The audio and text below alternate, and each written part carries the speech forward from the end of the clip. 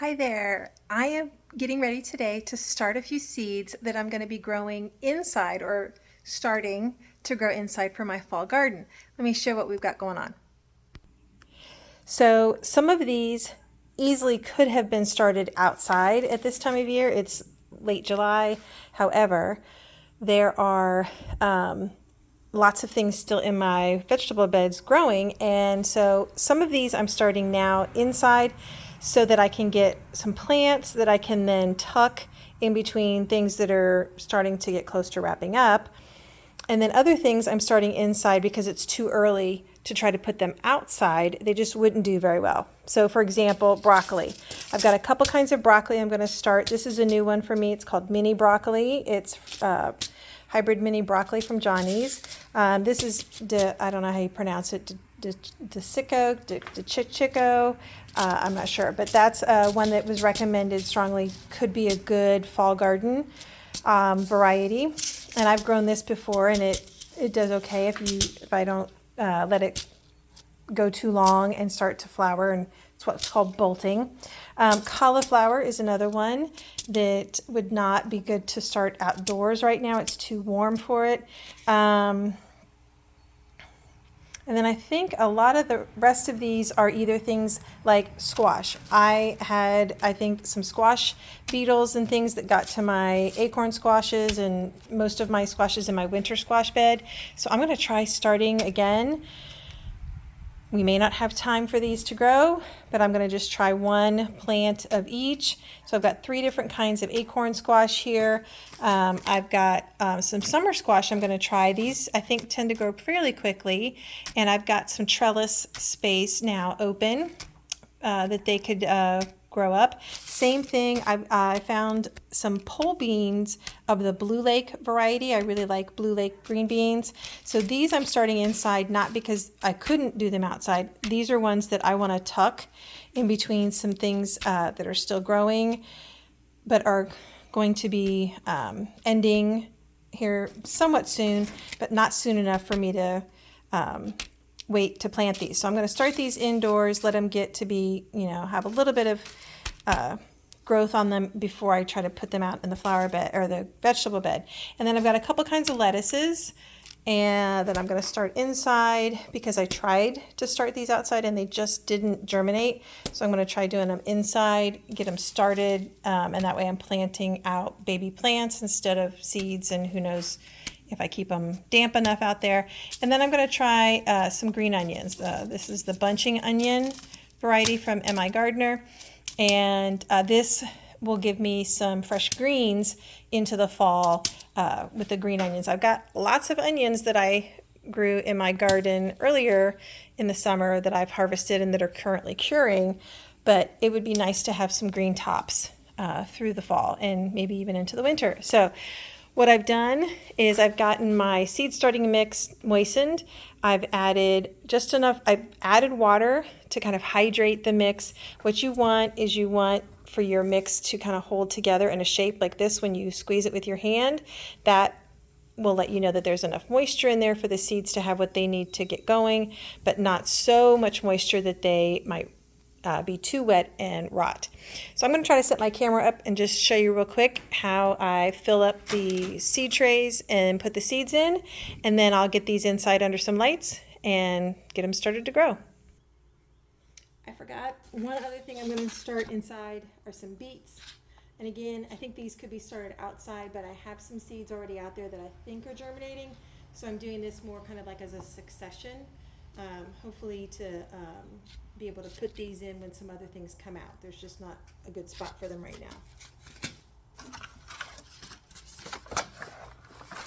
So basically we're just going to fill up our trays, make sure there's no air pockets, and then I'll plant the seeds. So I'm going to speed this part up.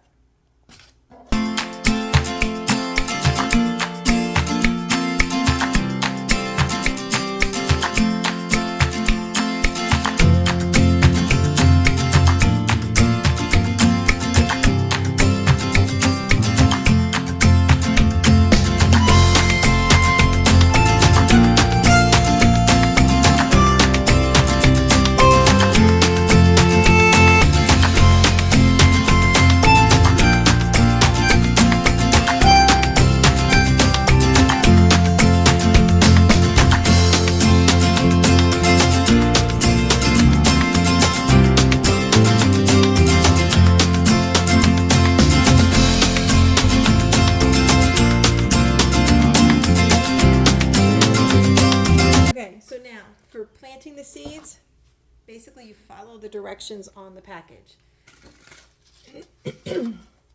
I always put a tag in because it's too easy to get mixed up on what's what, especially when they're tiny. A lot of plants have very similar, their first leaves look very similar.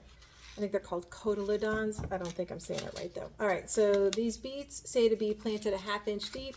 So I'm just going to take my finger, make a little hole there.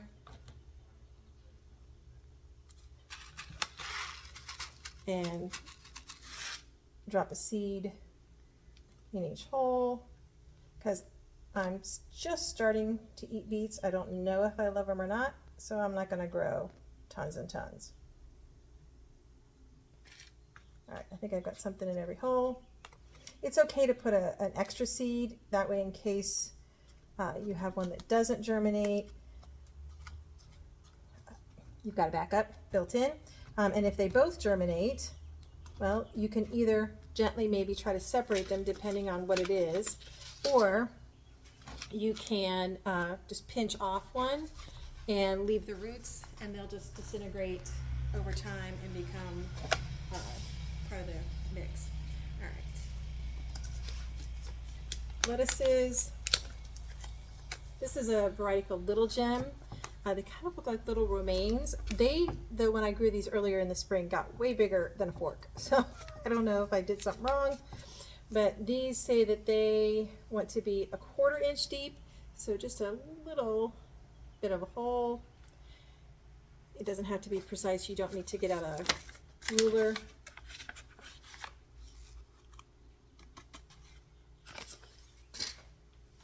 And these seeds are pretty small.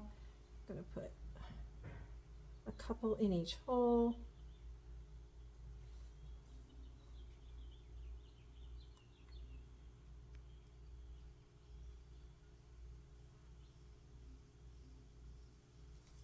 And then I'll put my leftovers back because seeds seeds can last a pretty long time as long as you store them correctly.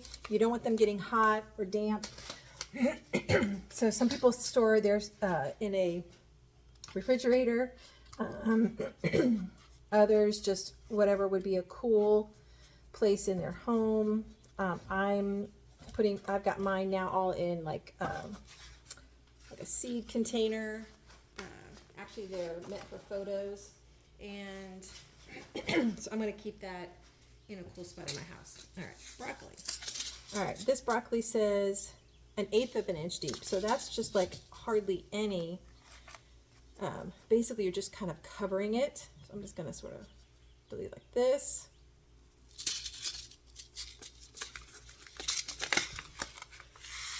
And I'm going to put a couple seeds in each hole. Again, it's just giving me backups. There's a lot of seeds in this pack, so I can afford to possibly have to thin.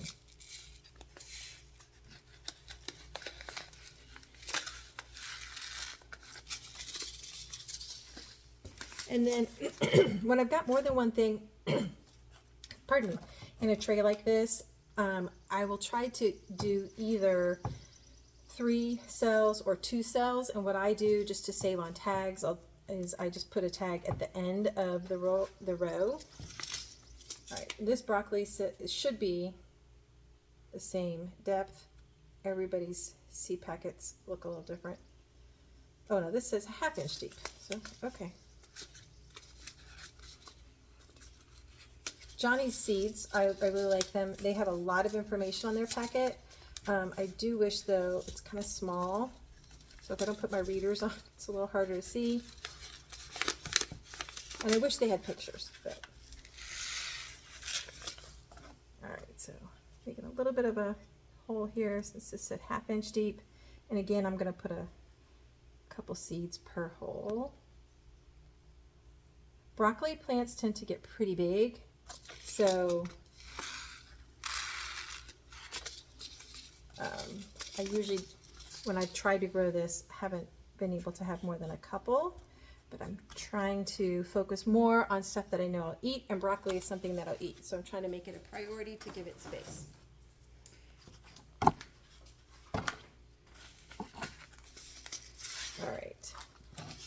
In this one, I'm going to do some dill and some cauliflower. I had dill, it worked great. I just planted the seeds in the ground in my squash bed. Had humongous, lovely dill plants, but they really went to seed. I let them flower, and so this seed says press into surface. A lot of times, when in doubt, you could look at the size of the seed to give you an idea. Dill to me is one that is not following that. It's a larger looking seed, but it actually goes on the surface. A lot of times the smaller the seed, the closer to the surface it wants to be. And the bigger the seed, the more you tend to want to plant it further down. So I'm just going to put several of these on here and just kind of press them in. It's probably way too many in that one. All right. But I want to grow some more dill because I'm hopefully going to get some more cucumbers. I planted some cucumbers a couple weeks ago that are growing. I want to make pickles, so I'm going to need dill for that. All right, cauliflower. This says plant 1/4 inch deep.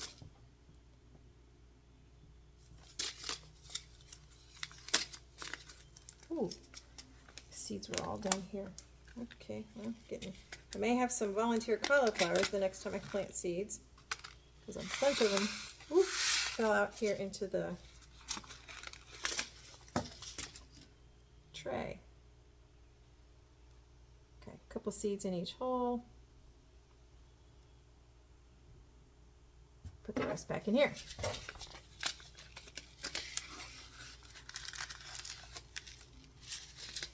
Yeah, I think I'm going to get some volunteer cauliflowers. Some fell in there. All right.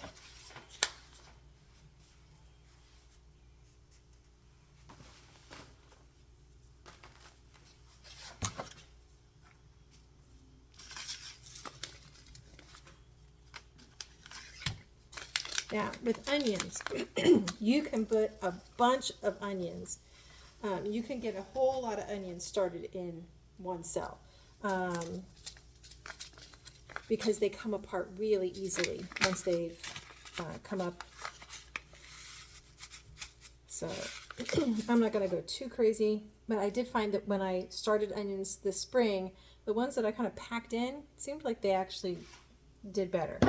All right, this says these need to be 1/4 inch deep. So I'm just going to sort of make some space here, and then I'll cover it up. But that way I can kind of spread the seeds around a little bit.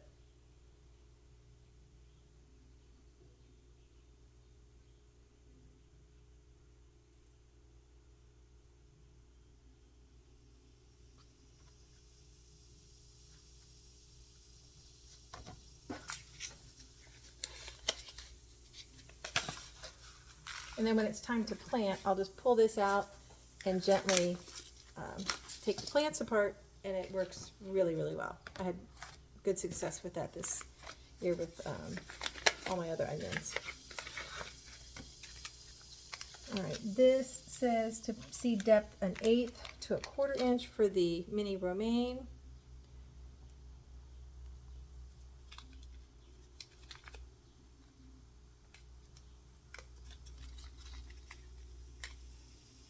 Fighting with a seed packet, no fun.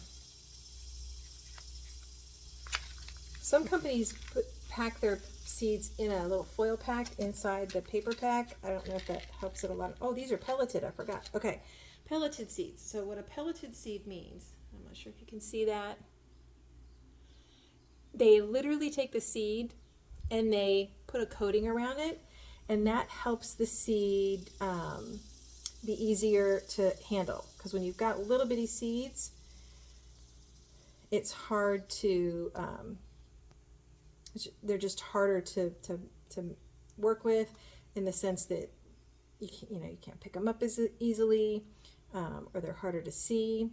So pelleted seeds, though, the other thing you have to be aware of is they will not last with a higher germination rate much more than about a year. So if you have pelleted seeds, you want to try to use them within about a year, or your germination rate is, I mean, you could still use them after a year, but your germination rate is going to, from what I understand, dramatically decrease.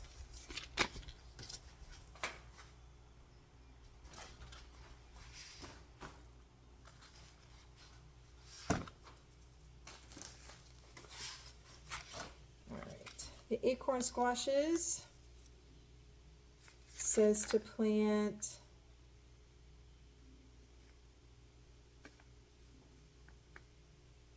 a 1/2 inch to 1 inch deep. And this is where the bigger the seed, the deeper it needs to go. Actually, usually does kind of work out because squash seeds are pretty big. So I'm going to go ahead and put 2 on kind of opposite corners. That way if one doesn't come up, I've got to back up. Or if I end up with more room in my vegetable bed. Now these, I'm not going to let go very long in these seed starting things. I'm basically kind of pre-sprouting them. I just want to get them sprouted and up a little bit, and then I'm going to put them out in the garden.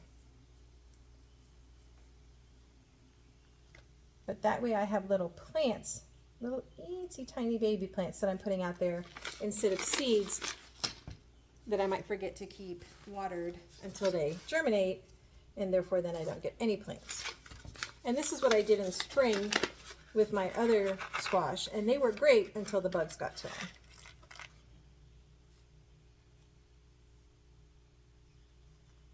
Same thing with the green beans. I am going to put these in here and just get them started so that then when I plant them, I see them in the flower bed or the garden bed, and I'll keep them watered.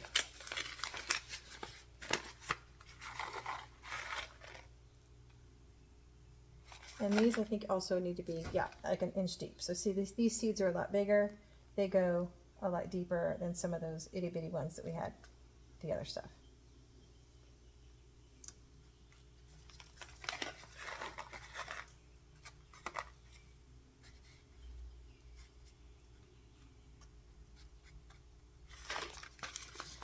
All right, and the last one is these summer squash. Also a 1/2 inch to 1 inch deep. So I'm going to do these the same way. And I'm putting all of these in the same seed tray because I'm going to do the same thing with them. I just want to get them up. And then I'm planting out a little teeny tiny baby plant instead of sticking a seed that I might forget to water.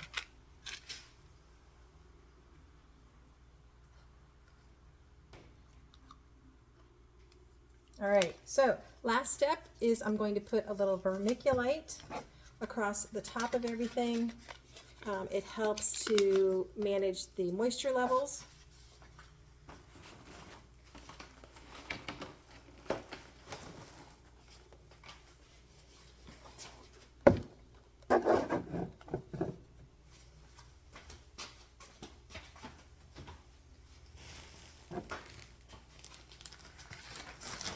So vermiculite is actually a ground up mineral, I believe, and it has the benefits of helping to prevent or minimize things growing on the top that you don't want. It helps to keep the moisture level more consistent.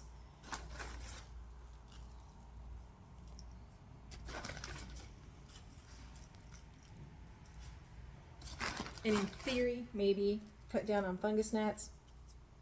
This spring when I was growing so many things inside, I had a battle with fungus gnats. So I'm hoping not to repeat that this fall. All right.